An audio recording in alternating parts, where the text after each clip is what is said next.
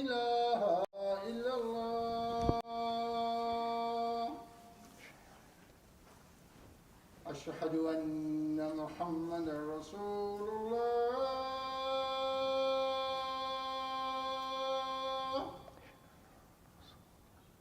أشهد أن محمدا رسول الله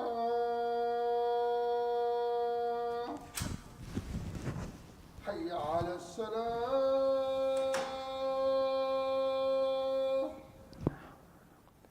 حي على الصلاة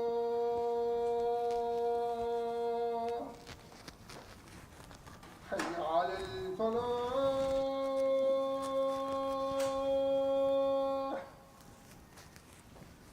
حي على الفلاح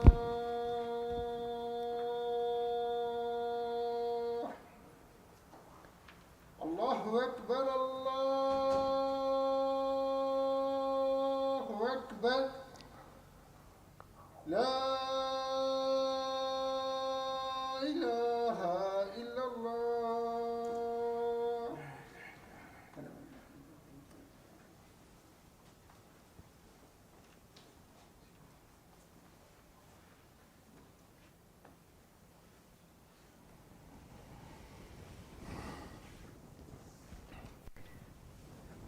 إن الحمد لله نحمده ونستعينه ونستغفره ونعوذ بالله من شرور أنفسنا وسيئات أعمالنا من يهد الله فلا مضل له ومن يضلل فلا هادي له وأشهد أن لا إله إلا الله وحده لا شريك له وأشهد أن محمدًا عبده ورسوله يا أيها الذين آمنوا اتقوا الله حق تقاته ولا تموتن إلا وأنتم مسلمون يا أيها الناس اتقوا ربكم الذي خلقكم من نفس واحدة وخلق منها زوجها وبث منهما رجالا كثيرا ونساء واتقوا الله الذي تساءلون به والأرحام إن الله كان عليكم رقيبا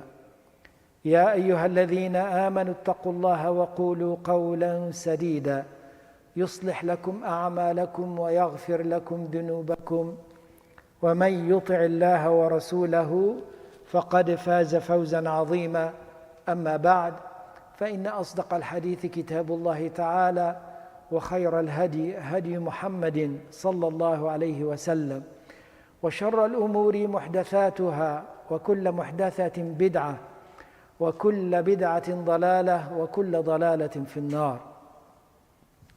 All praise is due to Allah. We seek refuge with Allah from our sins and bad deeds. He who is guided by Allah indeed has been guided. And he who is misguided, only Allah Azza wa Jal can guide him.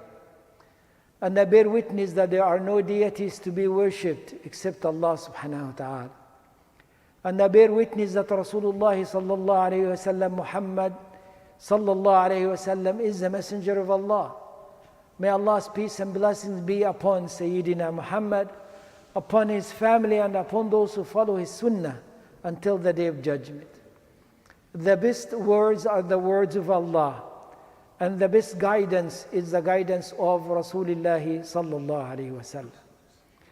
We are about to enter the month of Ramadan.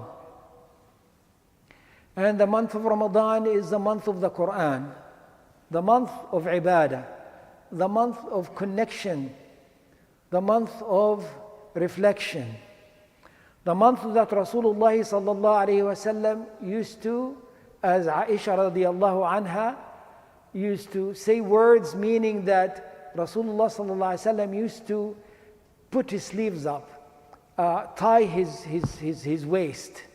You know, expression meaning to getting ready to do something or for a big, to do work, right? When you put your sleeve up, when you tie something on your waist, meaning you're ready to do and for activities. And Allah subhanahu wa ta'ala, at the beginning of Islam, beginning of Wahy, dealt with the companions differently than later on when the time passed and they knew what Islam is and knew what the Quran is, knew what the Sunnah is, and moved into the environment of understanding what they are about. Remember, they were just people who are living in a certain environment, a certain way of life, and then Rasulullah ﷺ tells them he's a messenger of Allah, and now so to hear the Quran and to start to understand it, still they are in an environment different than the environment of the Quran, right? Meaning, imagine them going out and seeing the lifestyle and the way of Mecca at that time, okay? Where everything is against any values that Rasulullah ﷺ started giving them and so forth. Similar to what we're going through now in a way, right? All you have to do is just answer your phone or turn the computer on or go out to the mall or go shopping, and everything around you is taking you and indicating a life that Allah subhanahu wa ta'ala is not pleased with. Okay. So the companions at the beginning, Allah subhanahu wa ta'ala made Qiyam al-Layl an obligation upon them. Imagine that. Remember, the Salah as 5 prayers did not come down as 5 prayers until the Medina time.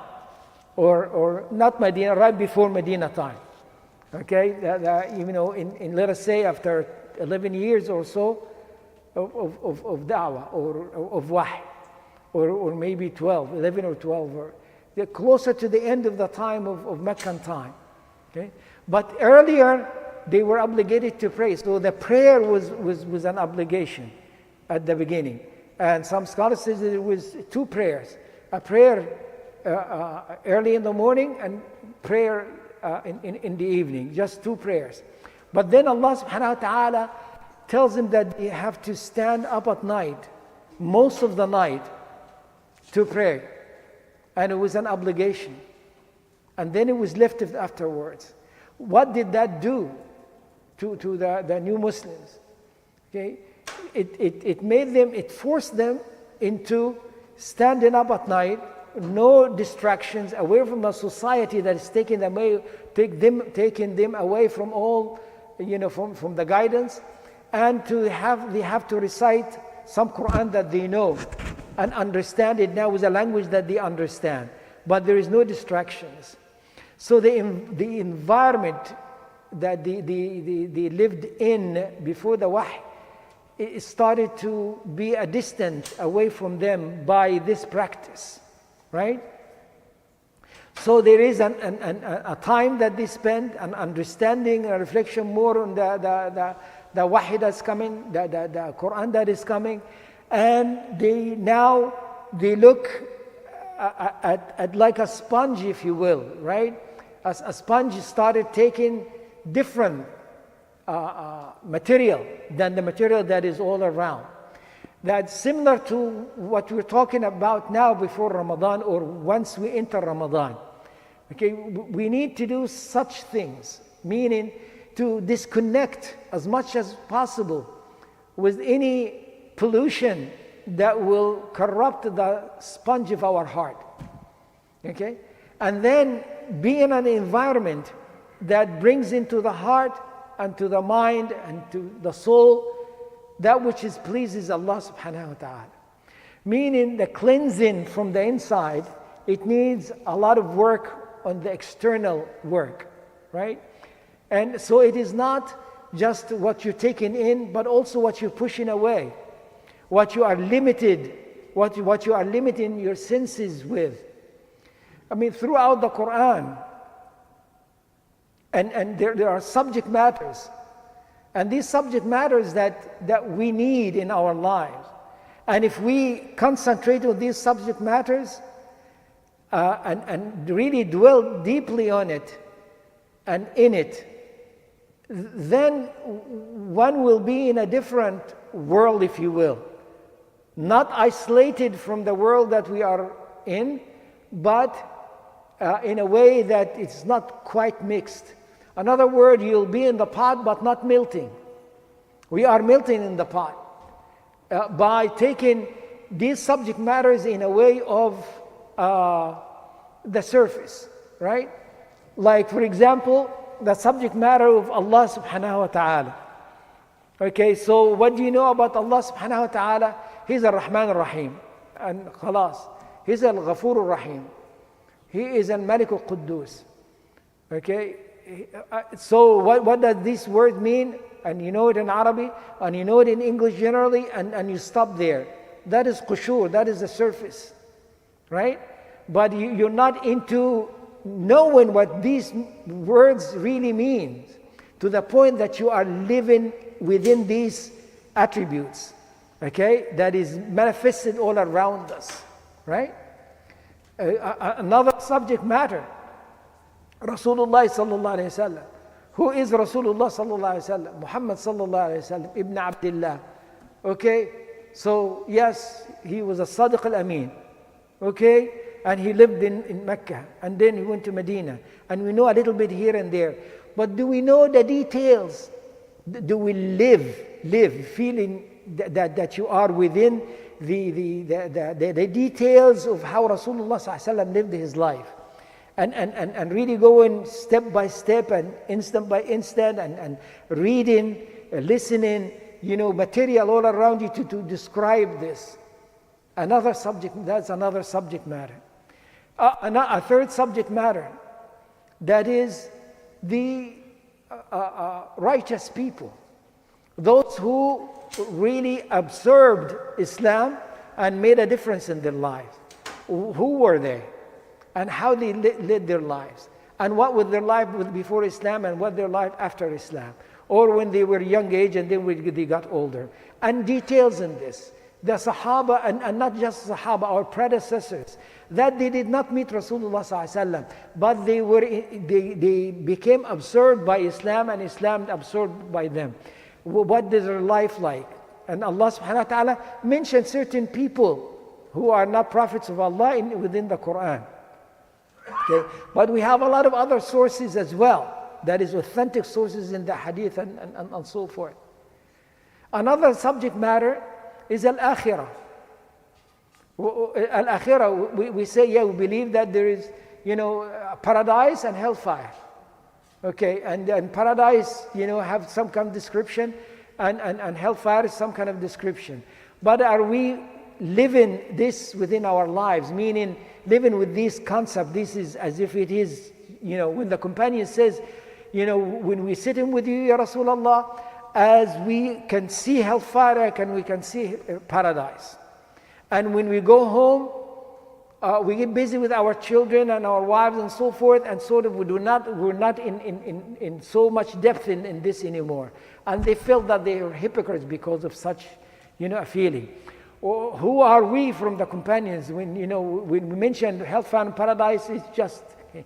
But do we stop and go in details in the ayat of Allah? And all this is mentioned in the Quran. Okay, that could be all reflected in the Quran that we're going to be reading inshallah in Ramadan, and we are reading now inshallah, and we're going to be listening to in Ramadan, and we're going to be within this feeling of all these informations. Okay? Do we dwell about hellfire? Does it scare us to the point that physically it moved us, the information about it? Or paradise, does it move us in a way that makes you, as if it is calling you and you are yearning to go to it, And then another subject matter, the fifth subject matter, which is the ummah. The ummah of Rasulullah sallallahu alayhi wa sallam. Okay, we when we hear there is Kashmir, something happened in Kashmir. Oh yeah, okay, may Allah help them. But what is really happening there? What's really going on there? Do we put ourselves into their situation? Our brothers and sisters in Palestine, what's going on with them there? Oh, you know, you hear piece of news here, piece of news here, but you hear it, but you're not in it. You're here, but you're not feeling it. But you go on in your life and be distracted with other things that actually takes us from all of these points. Okay? So let us make this an exercise. Okay, in the month of Ramadan that's coming, and prepare for this. Prepare the material. Prepare the material that you're gonna. Of course, the Quran is there. You know, when you hear the companions saying that we only memorize the Quran 10 verses at a time, and it takes us a long time to memorize it, because we do not go more than 10 verses. To read it, understand it, memorize it, and implement it. And when we are there, then we move to another 10 verses. Can you imagine this concept, right? That you are reading something for implementation, for understanding, to change your life, right? This is a chance for us. Because we are already coming to the masjid, we are already in the month of Ramadan, we are already reading the Quran, we are already having a certain schedule that we're keeping, you know, everything else is away from us, and we are organized. If we did not do that already, it is time to do it. It's not, and this is a point as well. It is, you don't leave the time to say, when I have time, I will do this. No, it has to be organized that there is a time of the day you're going to do certain, you know, you're going to listen to this, you're going to reflect on this, you're going to read that. And it's going to be a time that is respected, a time that is special, the time that you could say to any other activities, I'm sorry, I'm not, you know, I am busy right now. Okay, I have other engagement that is very important. Okay? And by the way, the society, our Muslim society, this is how the Muslim society changed. These are the subjects that the companions were in it so much. Okay, when they were in Sha'b Abi Talib or Abdul Muttalib in Mecca, and they were basically in a concentration camp. Okay, they were in these matters, talking about these matters. The revelation was coming down, the teaching was going on. So they were, Allah subhanahu wa ta'ala put them through that exercise that they cannot find food, they cannot find shelter, they cannot, you know, they have no rights in the community and so forth. So everything is taken away from them. That was positive in a way, okay? Meaning that's all they concentrated on. And that was the most important. Right now, we do the opposite, right? We find out about where we are living and fix that. What we are going to eat and fix that. The safety that we have and fix that. And this and look at all aspects of life, okay? And then you say, now I'm going to listen to the Quran. Now I'm going to go to the attributes of Allah subhanahu wa ta'ala. Now I'm going to hear the seerah. Now I'm going to go hear about the predecessor. Now I'm going to reflect in hellfire and paradise. Now I'm going to attend to our Muslim, nation and Muslim ummah and so forth. That is not who the companions were. Okay, the companions were first, okay, dealing with that which is more important. And then the matters that is being guaranteed by Allah, you get to attend to it later. Because your safety is guaranteed by Allah. Your risk is guaranteed by Allah. Okay? The risk that is coming, Allah subhanahu wa ta'ala written it for you. Should not be a matter of anxiety for us. Right? It's a matter of the external work, not the internal work. Right? But the risk and the safety and all and life and housing and this and that, it is becoming to us as it's an internal work, not an external one, right? Because we have a lot of what ifs. What if I lose my job? What if I the house this? What if my car this? What if this? What if that? And this what ifs makes the answer of it has to do with the heart. Now, I did not have to be careful with this and that. But Allah subhanahu wa ta'ala guaranteed for us these matters. Do we leave it alone? No, you attend to it, but with your external work, not the internal work. The external work, you do the best you can. Okay? When Rasulullah sallallahu alaihi wasallam was making hijrah from Mecca to Medina, the external work was so, so magnificent of taking care of this point and that point. What if this happened? When the kuffar, they might go after me, so I'll go south before I go north, and so forth and so on. And a guide him in an area that he is not familiar with, sallallahu alaihi wasallam, right? So yes, but the internal work is what? It is dependent on Allah subhanahu wa ta'ala, knowing that this is what Allah subhanahu wa ta'ala promised, and the promise is going to be fulfilled, and so forth. This is a time now to get ready with this concept, at least before Ramadan enters, right? To think about this, our lifestyle. Our lifestyle has to be tweaked here and there a little bit, and get our heart tuned with these subjects, right? Hopefully, but as the months progresses and at the end of Ramadan, we'll find ourselves living in a society, but you have your own society within you and around you immediately, right? Meaning you will be interacting with things, but with the eyes and the heart that reflecting on matters that makes the environment within you and who you are as a different person now. This is how things changed. This is how Islam spread from far east to the far west within 50 years. Okay? Because the persons themselves changed. That which is occupying a society, a Muslim society, changed. Or a society.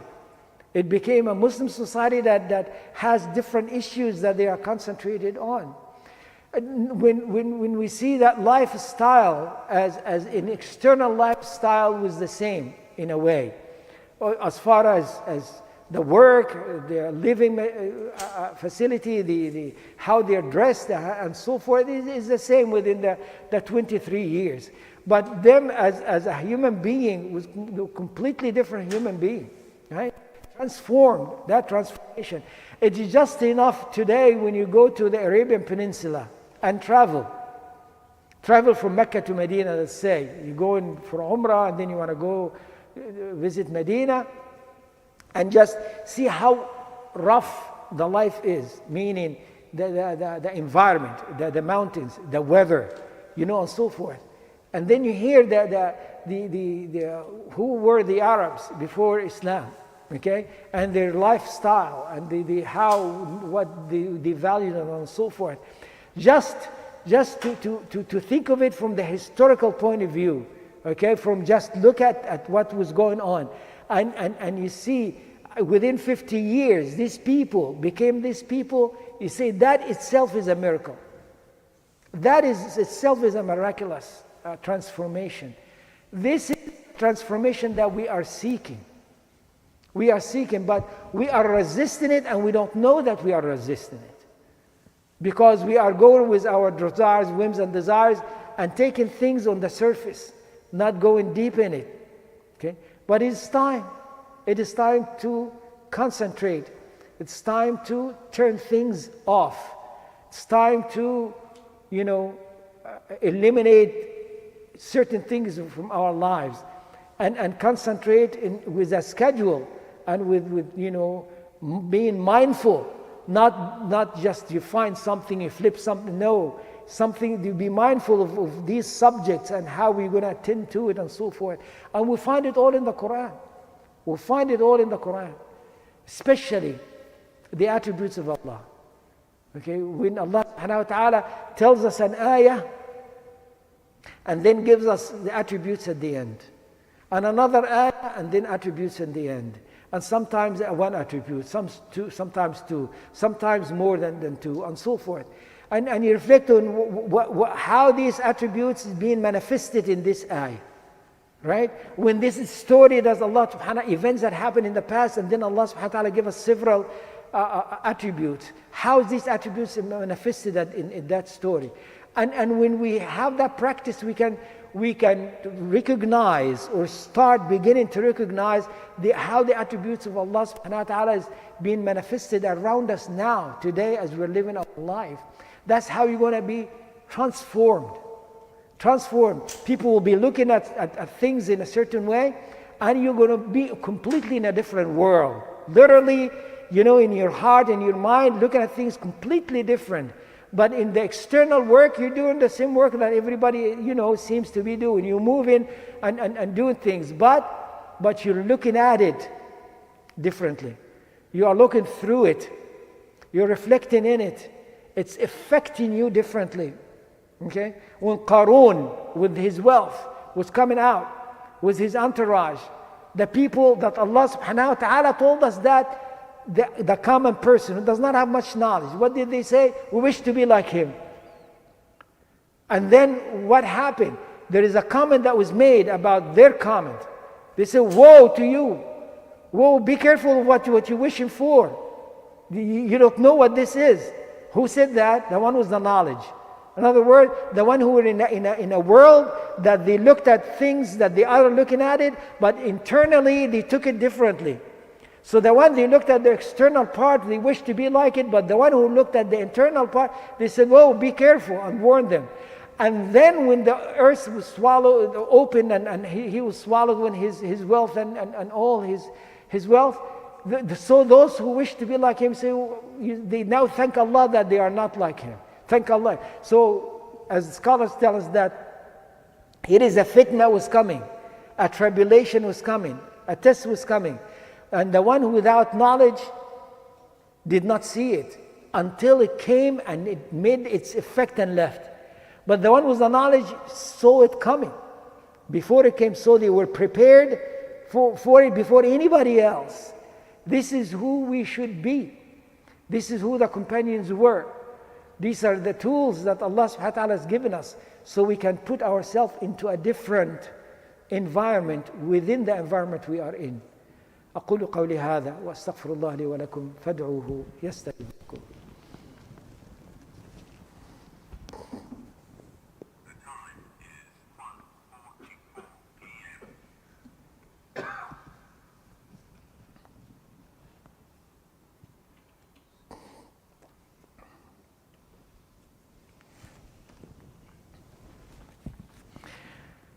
الحمد لله رب العالمين والصلاة والسلام على أشرف المرسلين ورحمة الله للعالمين سيدنا محمد وعلى آله وصحبه ومن تبعه إلى يوم الدين. أما بعد، اللهم أنت أعلم بما في قلوبنا فاغفر لنا ذنوبنا. اللهم أنت أعلم بحاجتنا منا فاقضها لنا. اللهم أنت أعلم بسرنا وعلانيتنا فتقبل معذرتنا. اللهم أرنا الحق حقا وارزقنا اتباعه وأرنا الباطل باطلا وارزقنا اجتنابه. ربنا آتنا في الدنيا حسنة وفي الآخرة حسنة وقنا عذاب النار. وصل اللهم على سيدنا محمد وعلى آله وصحبه أجمعين وقوموا إلى الصلاة يرحمكم الله.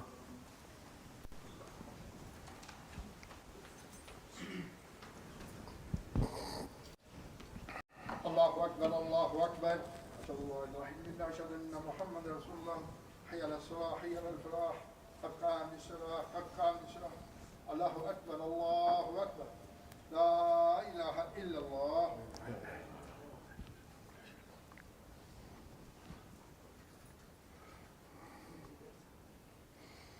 استووا واعتدلوا. الله أكبر.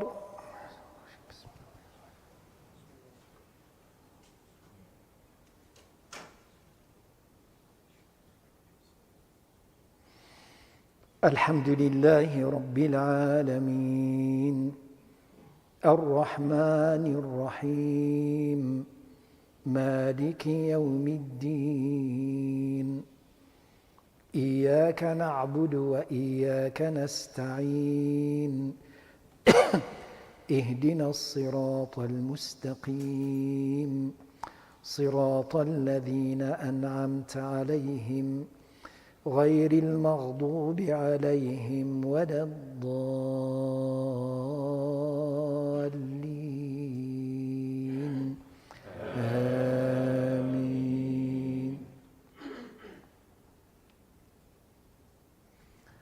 والتين والزيتون وطور سينين وهذا البلد الأمين لقد خلقنا الإنسان في أحسن تقويم ثم رددناه أسفل سافلين إلا الذين آمنوا وعملوا الصالحات فلهم أجر غير ممنون فما يكذبك بعد بالدين أليس الله بأحكم الحاكمين.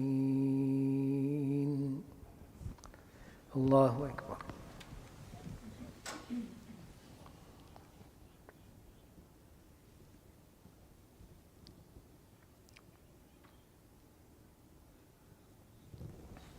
سمع الله لمن حمده.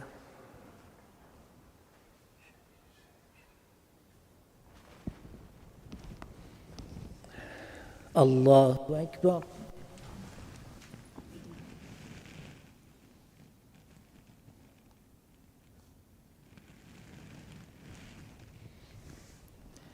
الله أكبر.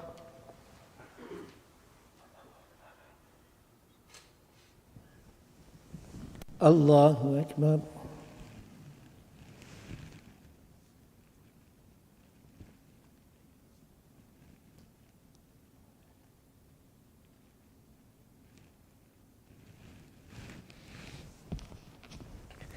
الله أكبر. الحمد لله رب العالمين الرحمن الرحيم مالك يوم الدين إياك نعبد وإياك نستعين اهدنا الصراط المستقيم صراط الذين أنعمت عليهم غير المغضوب عليهم ولا الضالين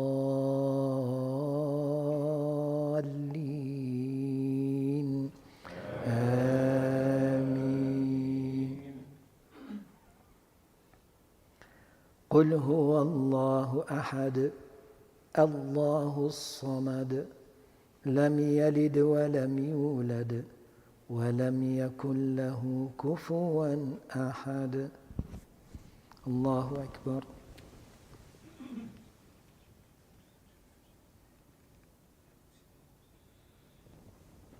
سمع الله لمن حمده.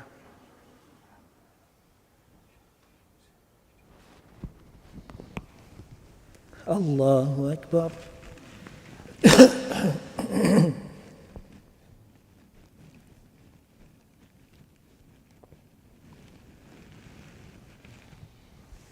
الله أكبر.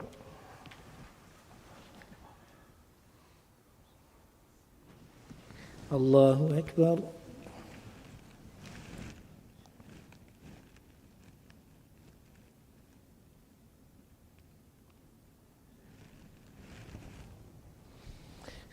الله أكبر.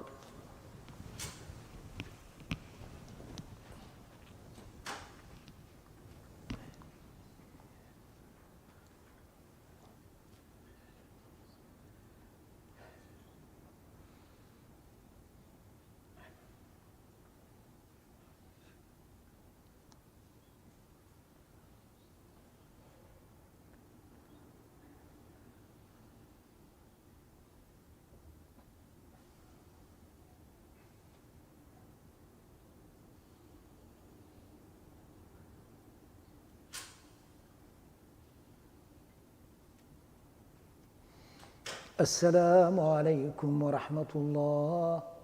السلام عليكم ورحمة الله.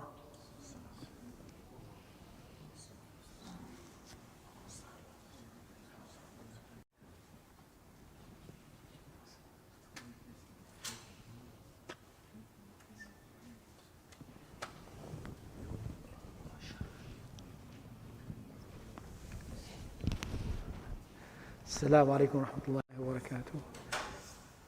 Inshallah, there's another prayer will be at 2:15. So inshallah, if we can, Hopefully we can move before the next crowd coming in. And just let everybody know, inshallah, we'll be praying Taraweeh here. We will have some regulations, okay, of what to do, what not to do, and how we're going to do it, and so forth. We hope everyone, inshallah, will follow these regulations. We are new in the area, we have neighbors, and we're going to get some permits later on and things, so we need to have really a good experience this Ramadan and not have neighbors that would complain, inshallah. And I just remind everyone, when you park, please do not park in the grass. Please do not park in the grass. And please, as you leave in, try to leave donations for the masjid, inshallah. You move the box. There's one already by the door. Oh, okay. أهلا وسهلا، ازيك حبيبي؟ كيف الأحوال؟ طمنا عليكم. الحمد لله. سو رجعت لسه؟ لا رجعوا ولا لسه؟ لا انا هسافر هجيبهم طبعا. السواق ان شاء الله.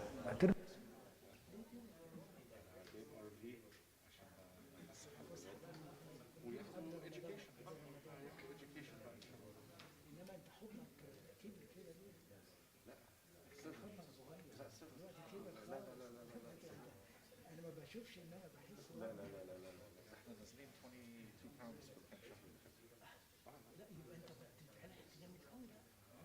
كنت ضربت شويه والحمد لله. لا يبقى أنت ضربت جامد قوي بقى. لأن دلوقتي أكتر مما شفتك لا يمكن بس عشان الهدوم ولا حاجه.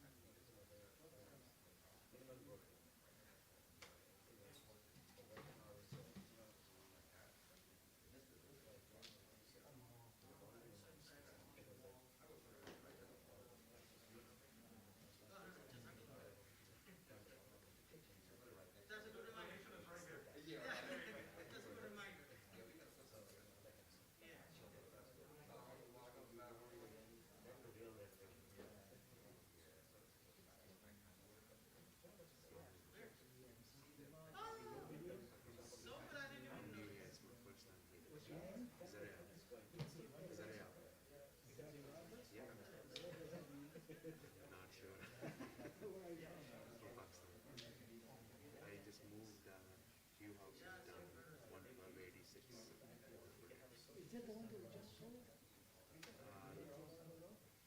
Last year, I bought it off of the auction. MashaAllah. Yeah, I got a good deal. Yeah, I remember that we were trying to, Alhamdulillah, because we were trying to get brothers to Yeah, so I'm very happy. yeah, so Alhamdulillah, so there was a brother who got it, Alhamdulillah. Very good. I would like to meet. I don't know if you know, he's my uncle-in-law. I'm his brother, I'm being the brother. Yes, I know. Inshallah. Who's your brother? My uncle-in-law, he's my wife's uncle. My mother-in-law's brother at Darul Taqwa.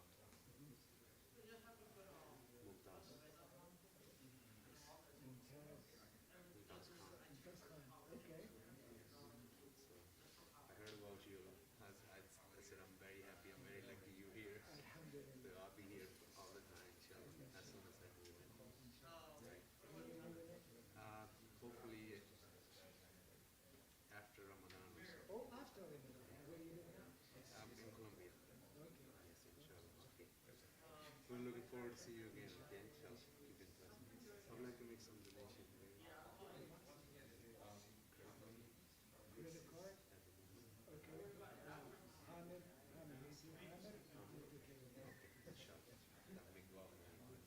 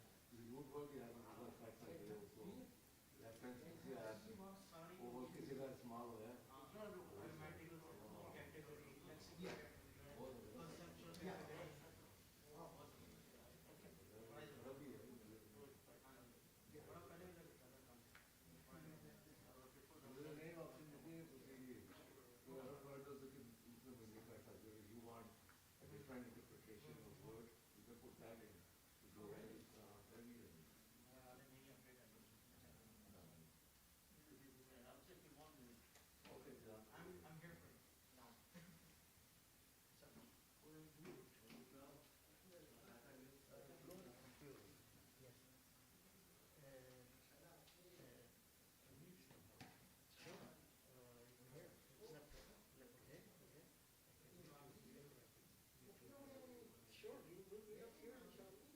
That's good enough.